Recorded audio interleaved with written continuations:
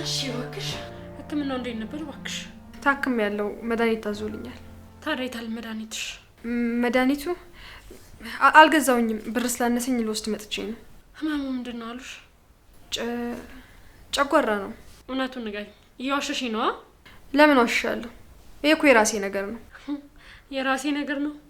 ትሰሚኛለሽ ሴትዮ፣ በዚህ ሰዓት በእኔ ስር ነሽ። እሺ እያንዳንዱን የሚሆነውን ነገር ማወቅ አለብኝ። እሺ እኮ ማወቅ ከፈለግሽ በራስሽ መንገድ ማወቅ ነው እንጂ እኔ መጠየቅ መብት የለሽም። ቆይ ይሄን ያለበት ሙሉ ሆነሽ የምትናገሪ ቆይ ምን ብታገኝ ነው?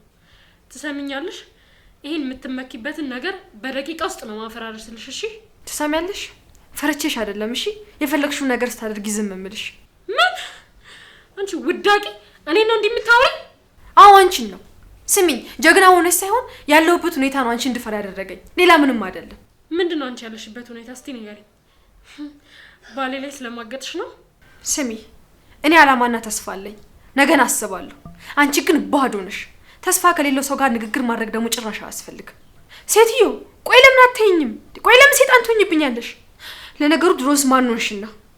ሴጣንማ እንደሆነ ያደረግሽኝ አንቺ ነሽ። እሺ አንቺ እዚህ ቤት ባትመጪ ይሄ ሁሉ ነገር ባልተፈጠረ ነበር። ትሰሚኛለሽ? እኔ ስለመጣው አይደለም፣ መጀመሪያም ሴጣን ስለሆንሽ ነው ትዳርሽን የበተንሽው። የራስሽን ጥፋት ደግሞ በእኔ አታሳቢ።